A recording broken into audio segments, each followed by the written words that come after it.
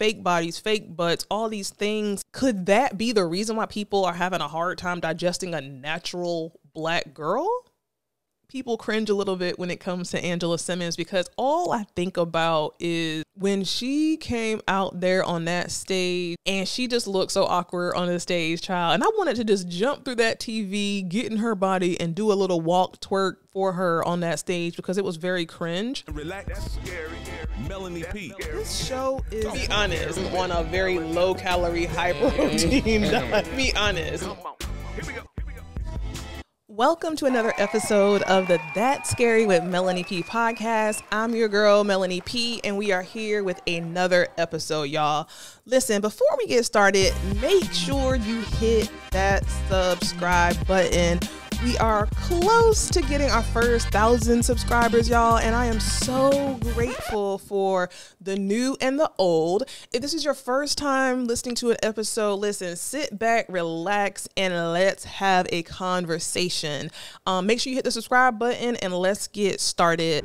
This conversation is about Chloe Bailey and Angela Simmons and the kind of hate, for lack of better words, that I feel like people have for them that I don't understand. But before we get started, let's do a quick little mental health check-in. I am feeling really good. I'm feeling very well rested. I'm feeling very relaxed. I'm just feeling pretty good. You know, I was looking at TikTok, and this TikToker that I was looking at, she was saying these affirmations like, you know, she's so grateful to be able to have a bed to lay in. She's so grateful to be able to have legs to walk and to move and to run. And I've been kind of having that energy and that, like, those sayings in my mind, trying to repeat that. And it actually really, really does feel good. I have a few days off of work that I'm super duper grateful for, y'all. It is so important to take some days off because these companies do not care about you. Okay. And you know, you have your PTO, you have your time off. It's very vital that you take time off. And you know, when your body's kind of telling you that you need a mental break, you need to take that break. These jobs will replace you and let you go quicker than you can hit subscribe on this damn podcast. So at the end of the day, listen to your body and take that damn time off, y'all. Chloe Bailey.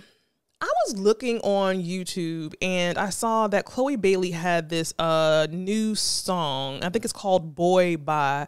And I was watching the video and I was like, what the hell am I watching? Like her lane is kind of all over the place. Like the Boy Bye music video and the Boy Bye song sounds very much pop, like very Jessica Simpson, Britney Spears pop, and it really kind of threw me off.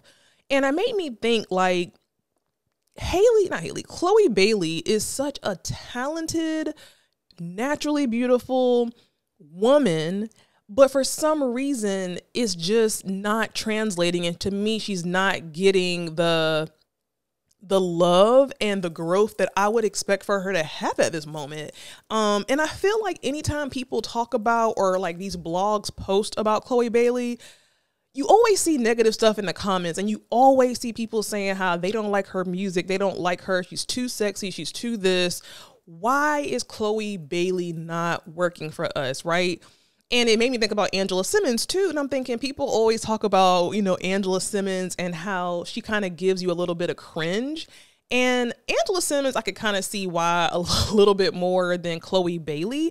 But I'm just really, really confused when it comes to Chloe Bailey and the hate that she receives. You know, is she pop? Is she R&B? Is she, you know, sexy? Is she not? Like, it's so many different things. I feel like she hasn't really found her lane, and she isn't really sticking to one thing. If y'all look at that video, Boy Bye, I feel like you would be confused the same way that I was, because it was really, really poppy. But then you look at Have Mercy, and that song is very much, you know, Beyonce-esque, R&B. I love that song. But then she goes the pop era. She had a song with Chris Brown. I feel like she had a song with a rapper. I can't think of the name. And Chris Brown is the kind of like collab that you have that's supposed to be like on, you know, supposed to help accelerate your career and accelerate your relatability and accelerate your like in the community and in the culture. And I feel like I did not hear a lot about that song that she had with Chris Brown. There's also a common theme and a common conversation about her sexuality and her sexiness, right? Now, I meant to actually Google how damn old is Chloe Bailey. Chloe Bailey is 25 years old, 5 years away from 30. And I feel like people are always talking about her and how she's too sexual. And I don't even know where that comes from. Now, I will say that, you know, we have seen her evolve from, you know, her and her sister on YouTube making these, you know, cover songs. And that's kind of how they got found or whatever, or picked up, I think, by Beyonce and her team. And, you know, they look very young, but that was years ago, and they have grown up and they're grown ass women now with, you know, her sister just had a baby with DDG. So I don't know why it's difficult for people to stomach the fact that she is a very sexy, you know, voluptuous, natural body girl. Now, I have to be honest here. Chloe Bailey looks young and innocent in the face, and I could see how some people, you know, the older people like us might look at it like, this looks weird, because she has a very much baby childlike face and even sound when she talks, but she has this very grown, sexy, natural body, and she has this very grown, sexy, sexually focused music. So I feel like that's probably one of the things. And I think the other thing is also that she went from, again, wholesome kind of vibe to hardcore, you know, sexual content, sexual dress, sexual dancing. And I think for some reason that I don't really understand, people have had a hard time with her transition. She is not 19. She is not 20. She is a 25-year-old grown woman. You know, she isn't problematic. She's actually the opposite of problematic. And you would think that someone who is a beautiful, and I keep saying natural body, natural hair, naturally beautiful, talented young artist would really kind of get their good footing, especially if she has backing by Beyonce. I don't understand why it's not working. And then I think about her natural body, and this is me kind of grasping for straws, but is that the reason? You know, like I keep thinking, well, why are people not feeling Chloe Bailey? And is it because she hasn't succumbed to, you know, lip fillers and the wigs and the, you know, breast implants and the booty implants and the weird looking bodies that all these people have, because everybody looks the same. Like everybody looks the same. And here's the reality. The Nicki Minaj's, you know, the Cardi B's, the Lottos, all my favorite people, they all look alike. They all have a long ass middle part wig. They all are very sexually, they all have sexually focused. They all have these fake bodies, fake butts, all these things. And could that be the reason why people are having a hard time digesting a natural black girl? Because you think about it. Think about Angela Simmons. You know, Angela Simmons she prides herself in being a natural, you know, doing the work, working out, not having any implants, lip fillers, all these things. And I feel like people are always talking about her negatively in the blogs as well. And the only common denominator there is that they're two wholesome appearing girls with natural bodies, and people are not really feeling them. She's a great performer. She has this song called FYS, Fuck Your Status. And I just happened to come across it on YouTube when I was, you know, preparing for this episode. I'm like, this is a really good song. I don't ever remember hearing this song on the radio or on Sirius Radio. I don't ever remember hearing any like promotion of her music. Now, everyone keeps saying, well, if Beyonce is her, you know, mentor or whatever, where is Beyonce?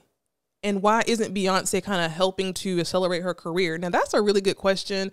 I don't know the validity of her association and her connection with Beyonce, because I feel like there could be no way that Beyonce is her mentor and that Beyonce is working with her, because if she was, I don't think she would be failing in the industry the way she is.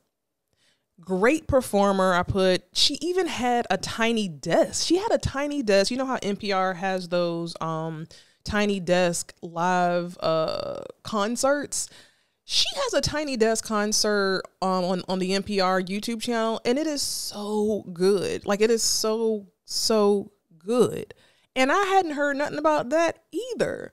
So I don't know if it's the people who are backing her or what. I think that having some kind of, what do you call that thing where, like a taste test, right? I forgot the word for it, but basically trying to kind of understand how she is coming across to the consumer, to the audience that she's trying to reach, to figure out why it's not working. Because again, she's such a talented, non-problematic, great singer, great dancer, great everything, but it just makes me a little bit upset that she's not popping off the way I feel like she should. Like I said, she had that song with Chris Brown. Then she had a really good song, Surprise, pull my panties to the side. What a good song. Now, again, a lot of her songs are sexually explicit, but there's nothing wrong with that. I feel like that's everybody's lane now. But I really want to understand why Chloe Bailey is just not propelling in the industry the way I would think she was. Like, why are all these, she has so many songs that I never, ever hear. I never hear people talking about them. I know that she was just on Coachella singing that Baby or Boy Bye song, which I didn't like that song, to be honest. So I feel like she does have a good footing in the industry, but I feel like why do you not hear more about Chloe Bailey, and why does the audience and the community, they don't seem to embrace her evolution to adult woman singer the way you see others, right? Think about Sierra when she first came out, or even Beyonce when she first kind of went solo. Like, you kind of saw the consistency, and now that I'm thinking about that, I feel like the difference is, I don't know if Chloe Bailey and her team struggles with like what lane to put her in, because when I think about like Brandy, Beyonce, Sierra, Monica, when they first kind of came out solo, they were consistent. They kind of found their lane and they stayed in it. And I do feel like Chloe Bailey has kind of found her lane, but that Boy Bye song is really giving pop.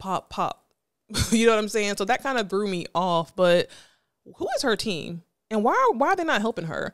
Now, as far as Angela Simmons, y'all, it's not the same comparison, because I kind of understand why people cringe a little bit when it comes to Angela Simmons, because all I think about is when she came out there on that stage, can't think of her man's name, and she just looked so awkward on the stage, child. And I wanted to just jump through that TV, get in her body, and do a little walk twerk for her on that stage, because it was very cringe. But I think that, again, she's not a problematic person. She seems to be a good, nice person with a natural person. She hasn't conformed to the every girl look in the industry, which I love. And she promotes having a natural body and working out and eating healthy and just being around the way cool girl. But for some reason that doesn't hit well with people. And I'm hoping and praying that it's not because they don't look like everybody else, because that would be very, very stupid. But that's the only thing I can think of, you know?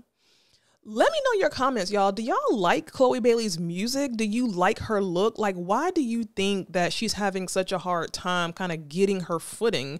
I think her sister Haley, she had a song. Like, I don't feel like Haley is as much into the music than she is into the acting, right? I feel like for some reason she translates a little bit better than Chloe. She had a song about Black Girls Being Angels. I forgot the name of it. Lord help me. But it was a really, really good song. And I was hearing that everywhere. And it was really good. And she's been in, you know, these different movies. And for some reason, she translates a whole lot better, in my opinion. And she done had a baby out of wedlock. You know what I'm saying? She's with DDG. People had comments about that. You know, she has been very private about her relationship and her pregnancy, which I respect that she's done that. But for some reason, it seems like she translates better. And could it be because she isn't, I don't know, like, is it because she's not thick? Like, I don't know what it is. I don't know what it is. But I'm really interested to hear your thoughts below about why Chloe Bailey is not hitting the way she should and why there's such a negative conversation, you know, a lot of times when it comes to Chloe Bailey and her music. Y'all, if y'all ever look in the Shade Room or these like blog sites and they post stuff about Chloe Bailey, all I ever see, you know, there's not just bad, but there's consistently people saying that her music just isn't it for them. And, you know, her sexuality is too much and she's, you know, all these things. And she's just doing what people her age do.